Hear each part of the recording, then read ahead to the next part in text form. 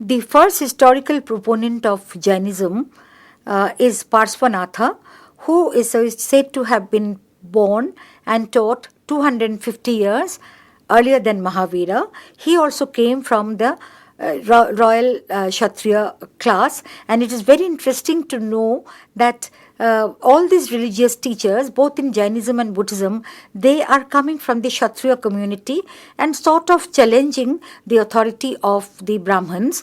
So, Parshvanatha expounded the first few principles of Jainism, which was later expounded by Mahavira.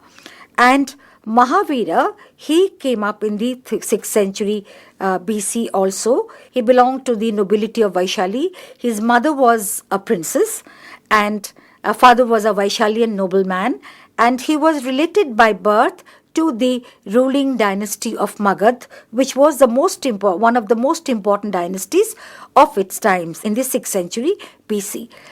Now, Mahavira also sort of shares some of the legends of Buddha, that he was also married. He also had a daughter, and he left his daughter and wife behind in his pursuit for the truth.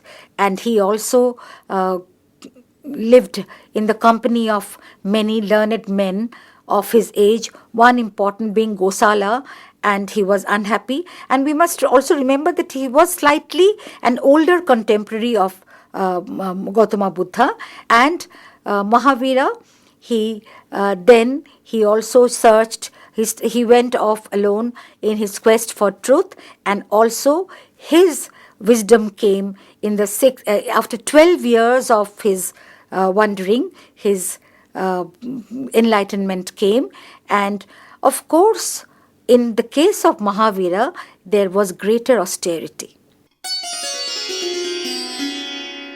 Mahavira is said to be a Jina because he has conquered misery and sufferings. And since he is a Jina, his followers are known as Jainas. Before, they were also known as Nirgranthas, which means someone without any fetters.